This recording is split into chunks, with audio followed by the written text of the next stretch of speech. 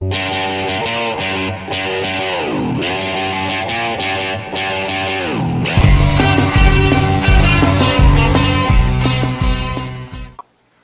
pessoal, mais uma vez aqui, Renan Teixeira.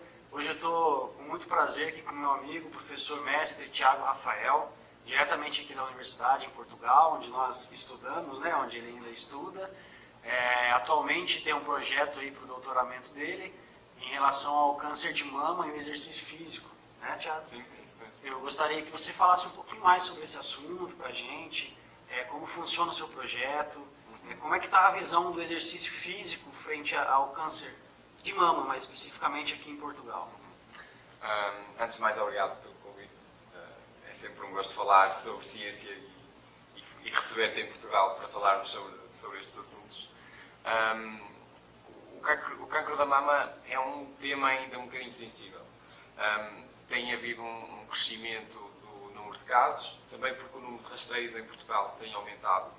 E é nesse sentido que o número de casos também tem aparecido e, felizmente, também mais precocemente. É um dos cancros mais prevalentes em Portugal na mulher. Não tão mortal quanto há uns anos, no entanto, ainda é um bocadinho problemático porque altera muito a situação de vida da mulher.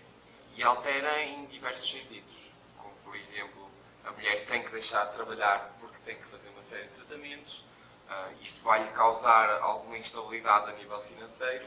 Além disso, alguns tratamentos são um bocadinho agressivos e provocam-lhe alterações, como por exemplo o aumento dos níveis de fadiga, o aumento de cansaço, mesmo de perda de memória, causa enjoos, náuseas, por aí. E é nesse sentido que o exercício físico pode ser um bocadinho útil. Como forma de prevenção, indo à raiz do exercício físico e naquilo que pode ser mais benéfico. O exercício físico pode ser, tal como em outras doenças, uma forma de prevenir o aparecimento da doença. Já é sabido que, através da contração muscular, são libertadas algumas citoquinas, como por exemplo interleucina 1 e interleucina 6, que são potentes anti-inflamatórios e, portanto, acabam por criar dificuldades, se assim quisermos, na proliferação das células tumorais. No fundo, as células tumorais são uma célula que tem uma alteração do DNA e depois começa a proliferar de uma forma desregulada. Assim. E isso acontece por diferentes motivos. Por exemplo, a idade é um dos fatores principais para que haja essa alteração. Aí nós não conseguimos fazer nada, infelizmente, mas conseguimos, através de alguns outros fatores, nomeadamente o exercício físico, combater esse aparecimento. Então, o exercício físico está provado, desde sempre, que é um fator importante para a prevenção do aparecimento de cancro, qualquer tipo de cancro e também no cancro da mama.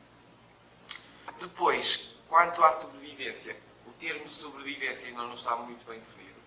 Há quem receba como sobrevivente aquelas mulheres que, passados 5 anos após o término do tratamento, as pessoas assumem que é imediatamente após o término e há até quem assuma que é sobrevivente a partir do rastreio, ou seja, já sobreviveu porque já descobriu que tem o cancro e a partir daí já é considerado sobrevivente. No entanto, naquilo que se fala após o término dos tratamentos, já há bastantes estudos e até com uma robustez científica interessante que nos fala sobre em que é que o exercício físico pode ser útil nessa população. Se pode a mulher voltar ao seu dia-a-dia normal, se tem esse benefício. Porque um dos fatores importantes que os tratamentos causam é uma alteração da qualidade de vida brutal nas senhoras. E isto é terrível. E, nomeadamente, as alterações dos níveis de fadiga, o mesmo que acontece durante o tratamento, acontece após o tratamento. Exatamente. Os sintomas permanecem durante mais tempo e, inclusive, causam muitas alterações, mesmo quando a pessoa volta ao seu trabalho normal. E, então, a pessoa não se vai sentir com qualidade de vida, não se vai sentir funcional e vai sentir um bocadinho de... sente-se abaixo, no fundo. Sim, sim. Uma pergunta interessante agora, em relação ao levantamento dos estudos que você fez com esse tema. os benefícios do exercício, eles são maiores nos aspectos funcionais, mecânicos mesmo, né, de funcionalidade, de atividade física e voltar a ter o retorno às atividades normais, ou nos aspectos psicossociais. Como você disse, passar por um tratamento desse é uma coisa bastante agressiva e muitas vezes essas pessoas acabam não se sentindo muito mais à vontade para fazer o que faziam antes. Então, eu acredito que o exercício, pelo que a gente tem visto, ele tem influência nesses dois aspectos. Sim. Mas qual você colocaria como mais importante? Ou que vocês conseguem perceber que a eficiência do exercício físico é mais contundente? No fundo, acabam por estar os dois muito relacionados. Porque se a pessoa tem uma capacidade funcional com mais qualidade, acaba por não se privar tanto e não se reservar tanto e acaba por conviver mais. Essa parte da reserva e da ausência de estado social acontece principalmente durante a fase de tratamento, que é quando as mulheres não têm cabelo, e então acaba por criar uma situação um bocadinho delicada e acabam por se isolar um bocadinho mais. No que diz respeito à capacidade funcional, existe também uma melhora da capacidade funcional através do exercício físico. Portanto, os dois acabam por andar um bocadinho a par e então os artigos levantam isso mesmo. Até porque grande parte dos artigos apresenta estes fatores através da aplicação de inquéritos. E então, o que os inquéritos nos dizem é que os dois estão muito relacionados nesse sentido. Eu queria saber aqui em Portugal como é exatamente a parte prática desse projeto, do exercício físico para pessoas com câncer de mama. Se isso acontece dentro do ambiente hospitalar, se acontece fora disso, se há um projeto bastante voltado para a prevenção, né, como você disse que é um fator muito importante, ou para as pessoas que já estão em tratamento e para as pessoas que já passaram pelo tratamento, se é feito em grupo, que tipo de atividade é aplicada. Fala um pouco mais sobre esse projeto aqui para a gente. Como forma de prevenção, Portugal tem investido muito, e mesmo a Direção-Geral de Saúde tem investido muito na promoção de exercício físico e alertado muito sobre os benefícios para tentar que as pessoas pratiquem o mais possível. Como forma de prevenção, são mais ou menos essas as medidas. Falar sobre os benefícios e tentar que a população em geral se torne mais ativa. No entanto, deixa-me dizer-te que Portugal está entre os últimos países mais ativos, ou seja, é a população da Europa mais inativa atualmente. Portanto, os responsáveis pelo governo têm tentado promover a atividade física em Portugal. Durante o tratamento e após o tratamento, inicialmente os projetos começaram a surgir mais após o tratamento porque a pessoa já se começava a sentir melhor após os tratamentos, não sentia os efeitos secundários tão acentuados. E então começaram a surgir grupos de intervenção nesse sentido, após o tratamento, para reabilitação e voltar ao seu dia-a-dia normal e ao seu trabalho normal. Durante o tratamento começaram a surgir também recentemente alguns projetos, nomeadamente o meu projeto de doutoramento, que surge inclusive tanto no hospital quanto no ginásio. Nós temos 3 grupos, temos um grupo de controle que é para conseguirmos comparar o efeito das intervenções. Um dos grupos faz intervenção no hospital e um outro grupo faz intervenção no ginásio. Como forma de controle, é fundamental estar sempre um profissional de exercício físico presente, porque é isso também que os estudos nos mostram, na realidade.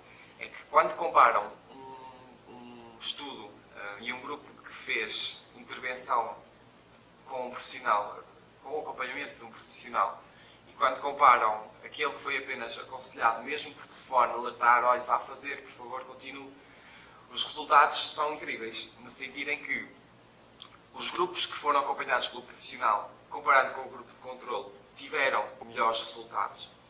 E o grupo que foi acompanhado por telefone não teve resultados comparado com o grupo de controle. E, portanto, temos logo aqui uma chave interessante, que é o acompanhamento qualificado, obviamente, por parte do profissional do exercício físico a estas mulheres. Depois, um outro fator interessante é que muito se fala, por vezes, do treino aeróbio ou do treino de força, ou se o treino de força não deve ser feito, porque estas mulheres, grande parte delas, foram mastectomizadas e, portanto, podem desenvolver algum tipo de inflamação ou mesmo desenvolver linfedema, que é o edema no braço cuja mama foi operada. E nesse sentido, existe alguma controvérsia quanto ao treino de força para o desenvolvimento destas situações. No entanto, aquilo que os estudos também nos mostram é que não existe relação. Se a pessoa já estava suscetível a desenvolver linfedema, não é o treino de força que a vai impulsionar. Obviamente tem que haver um cuidado extra, mas não é um fator crítico a aplicar. E, portanto, aí o ideal que nós temos também encontrado é que o treino aeróbio tem umas vantagens, nomeadamente o desenvolvimento da capacidade cardiovascular, a capacidade de captar oxigênio e utilizá-la, o VO2 máximo. Por exemplo, na capacidade de alguns testes funcionais, o caminhar durante 6 minutos e 12 minutos, alguns testes que também são feitos. E o treino de força, noutro sentido, tem-nos mostrado que, a nível da capacidade funcional, da capacidade, por exemplo, de sentar e levantar, essas capacidades mais simples, das capacidades de força e mesmo de mobilidade articular, o treino de força tem sido muito interessante e é nesse sentido também que é aplicado. E, portanto, nós temos aqui os dois, ou seja, os dois funcionam em conjunto e devem funcionar em conjunto. E nós estamos a tentar comparar se uma intervenção feita no hospital, cujo ambiente é isento de máquinas de musculação ainda, consegue proporcionar alguma alteração na qualidade de vida a estas senhoras. Logicamente que um ambiente hospitalar com um ginásio seria a condição ideal para promover o exercício físico nestas senhoras. Pelo menos em Portugal nós ainda não temos essa realidade. E é muito complicado nós expormos uma mulher durante a fase de tratamentos a um ginásio cujo ambiente tem muita gente e possivelmente o nível de infecções também é maior. E é de salientar que o nível imunitário destas senhoras está afetado, sim, está muito mais abaixo do que uma pessoa que não tenha patologia. E, portanto, submetê-la a uma condição, a um ambiente que pode ser prejudicial é um bocadinho complicado e controverso. E é nesse sentido que nós também tentamos compreender o tipo de intervenção que conseguimos fazer no hospital e tentar verificar se essa intervenção tenha algum efeito e alguma robustez. Nós temos feito trabalho aeróbio e trabalho de força. No entanto, o trabalho de força não é isotónico, mas sim isométrico. E, surpreendentemente, temos visto bons resultados nesse sentido. Nós estamos a aplicar inquéritos de qualidade de vida, o C30 e o BR23. Fazemos a avaliação de alguns testes funcionais, nomeadamente os do Wrigley-Jones, e fazemos esses mesmos testes antes e após os tratamentos, de forma a tentar comparar qual a vantagem ou desvantagem daquele tipo de intervenção nas mulheres durante o tratamento do cancro da mama. E o que temos visto é que, pelo menos na capacidade funcional, que foi aquilo que ainda conseguimos avaliar, existe uma melhoria. Ou seja, o simples facto de haver um acompanhamento, de haver uma intensidade controlada da parte de exercício físico, existe uma melhoria. Bom, pelo que a gente conversou até aqui então, parece que a dose de exercício, né, a intensidade com que se trabalha, parece ser muito importante, ser fundamental, até mais do que a própria modalidade a se praticar. É mesmo nesse sentido que também temos tentado intervir e tentamos também criar um programa de exercício físico robusto também nesse sentido. Inicialmente, a mulher com cancro da mama era visto como uma pessoa demasiado frágil e que não devia sequer fazer qualquer tipo de atividade e que esse seria o modo como responderia melhor aos tratamentos. No entanto, esse paradigma já foi desmistificado e tem-se visto que o exercício físico e a atividade física não é bem quanto mais melhor, porque tem que haver uma dose QB, mas realmente deve acontecer uma certa intensidade. E o que os estudos também nos mostram é que as intensidades leves não têm vantagem com o não fazer nada. Portanto, uma intensidade demasiado leve, uma intervenção demasiado leve de prescrição de exercício físico não traz vantagem ao não fazer nada. E aquilo que aconselham, os resultados que são obtidos, é que intensidades moderadas e intensidades altas são aquelas que realmente têm funcionado para melhorar a qualidade de vida nestas mulheres. Devido à precaução e devido ao facto de termos de ter algum cuidado com o trabalho destas senhoras, até porque grande parte delas não estava habituada a fazer exercício físico, colocar-nos uma intensidade demasiado alta pode ser um bocadinho difícil e pode ser também de certa forma perigoso, no sentido em que, se não estarmos num ambiente devidamente controlado e acompanhado, caso surja alguma coisa, é muito difícil depois nós conseguirmos dar a volta. E é nesse sentido que o nosso programa aplica uma intensidade de treino moderada, porque tem vantagem e porque não vai causar, de certa forma, tanto desconforto a estas senhoras. Como que vocês controlam a intensidade durante o exercício, a prescrição? A atividade é feita em grupo, Sim, correto? sim. Como que vocês controlam a intensidade? No hospital nós estamos a trabalhar em grupo porque é mais fácil nós conseguirmos trabalhar em grupo. E também porque o nível social acaba por ser, ajuda bastante. E existe uma partilha de experiências que é super interessante e é muito vantajoso a nível psicológico para as senhoras. E nós controlamos a intensidade através da percepção subjetiva do esforço. Nós transmitimos uma série de sensações que é suposto sentir durante aquele exercício e a partir daí vamos pedindo para que sintam essas mesmas sensações e que se apliquem nesse sentido.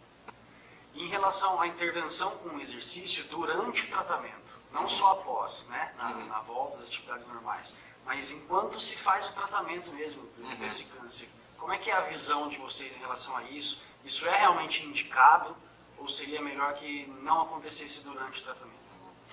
Nós temos visto que é indicado, é seguro, que às vezes também é muito importante, e é recomendado que se faça o exercício físico durante a fase de tratamento.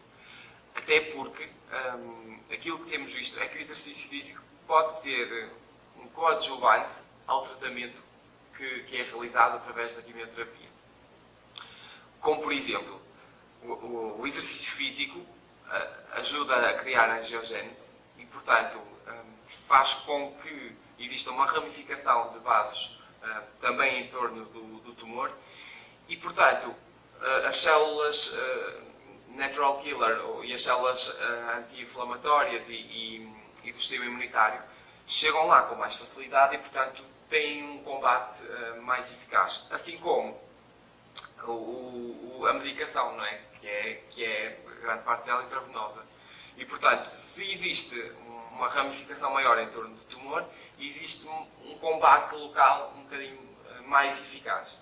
E, portanto, é nesse sentido que o exercício físico pode ajudar. E também porque se existe uma ramificação maior e uma vascularização maior em torno do tumor, parece que este se torna um bocadinho menos agressivo e não tenta progredir com tanta rapidez. E, portanto, o exercício físico pode ser fundamental para ajudar no tratamento, não só a nível psicológico, não só a nível funcional, mas também a nível fisiológico nesse sentido.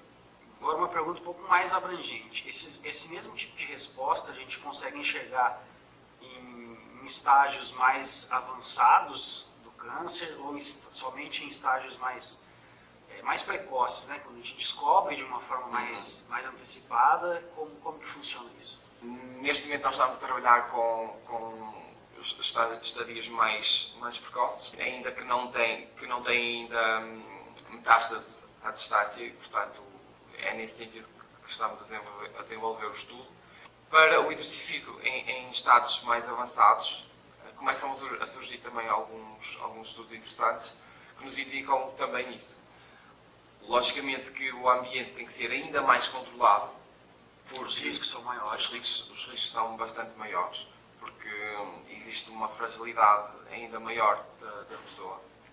Mas os estudos também nos indicam é que sim, que é benéfico acontecer durante esse tratamento.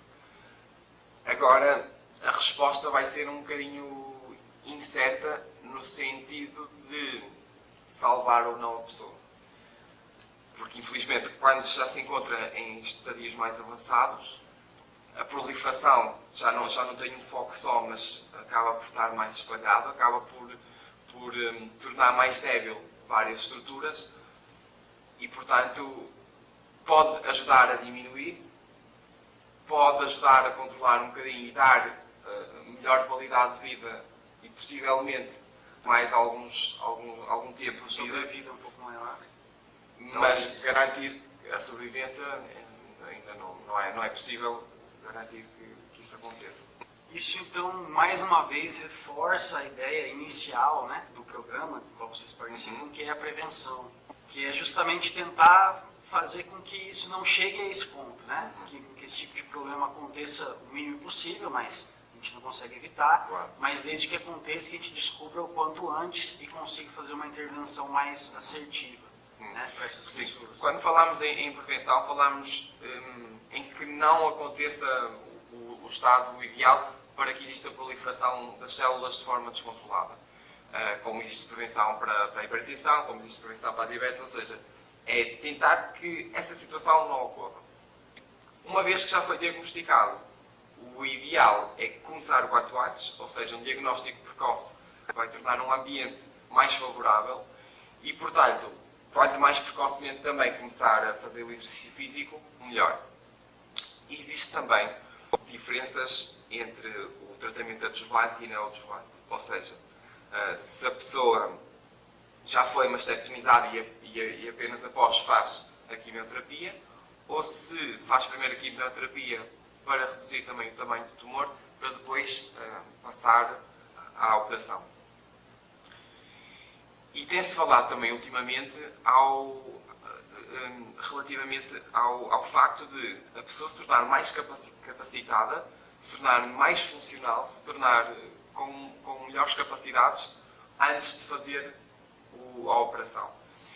E o que acontece é que as senhoras que fizeram exercício físico, ainda que durante a quimioterapia, antes da operação, comparando com aquelas que não fizeram qualquer tipo de intervenção a nível de exercício, a sua recuperação foi muito melhor comparado com aquelas que não fizeram exercício. Ou seja, é quase que um preparar para a recuperação ser mais rápida após a operação à mama. E os últimos estudos que nos são revelados é isso mesmo. Existe uma preparação, se quisermos, do organismo mesmo do corpo a nível muscular, a nível articular, para que depois a sua recuperação seja muito mais eficaz. Interessante. E há algum tipo de programa dos hospitais em relação a isso? Ou um programa do governo para incentivar? Ou como que funciona isso assim? Ou são iniciativas ainda que estão bem no início, que são muito pontuais em alguns locais? Ainda não está bem explorado, porque o acesso ainda não é bem a toda a gente. E apesar de nós sabermos que o exercício físico faz bem e que deve haver um profissional devidamente qualificado, nem toda a gente, uma vez que falámos há pouco do estado socioeconómico que fica afetado, nem toda a gente tem a capacidade de pagar uma pessoa realmente qualificada. Começam a surgir alguns programas que tentam intervir o quanto antes e tentam intervir de uma forma mais suave a nível económico.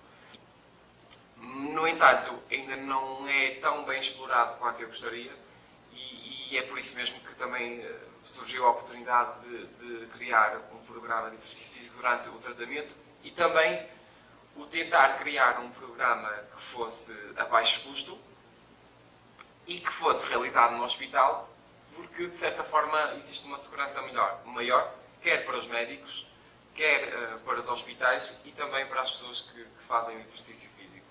Por exemplo, os médicos estão 100% de acordo que deve haver exercício físico em todas as fases do tratamento do cancro da mama.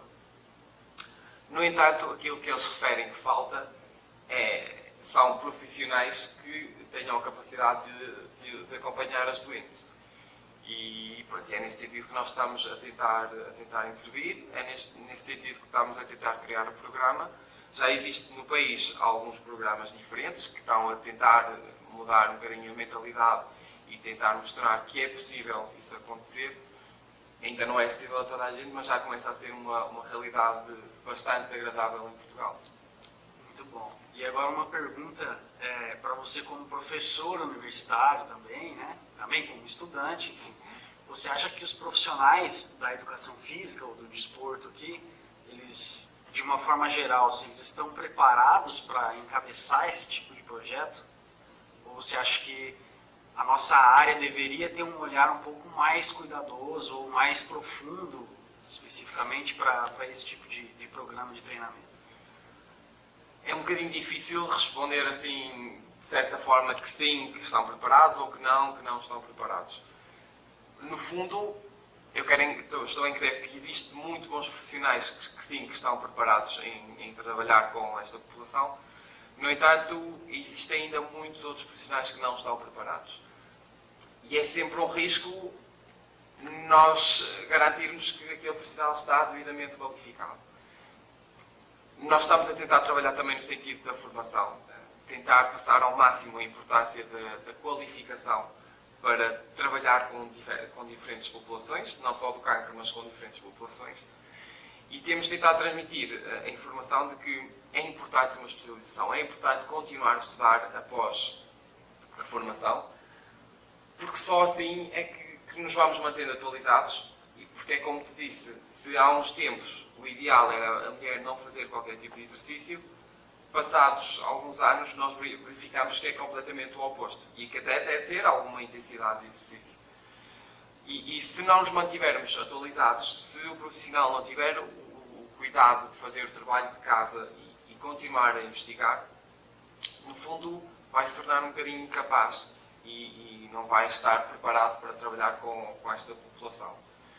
Pronto, é mais nesse sentido que nós vemos. Alguns sim, estão devidamente qualificados, outros não, mas na minha opinião é preciso ainda um trabalho mais consistente e é preciso também que os profissionais tenham mais curiosidade e mais interesse em trabalhar com esta população. Bom, com tudo isso, fica agora, queria que você deixasse um posicionamento seu, né, ou do seu grupo, em relação ao futuro, de como a gente vai tratar daqui para frente essas pessoas, esse tipo de caso.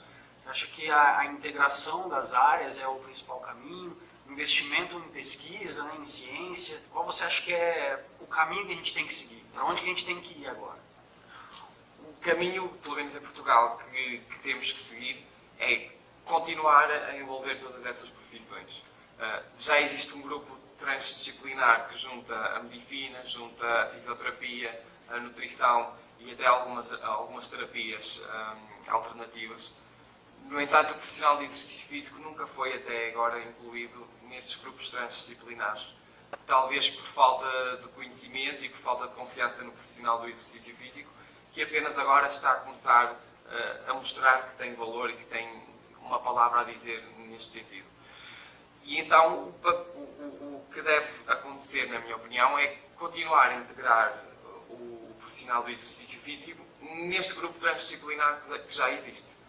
E sim, isso seria perfeito, seria uma condição ótima conseguirmos incluir uma academia, um ginásio, dentro do hospital, até porque foi como te disse, é muito o trabalho realizado tem melhor qualidade, porque tem melhor acesso e em termos de sobrecarga para trabalho de força, por exemplo, acaba por ser muito mais benéfico.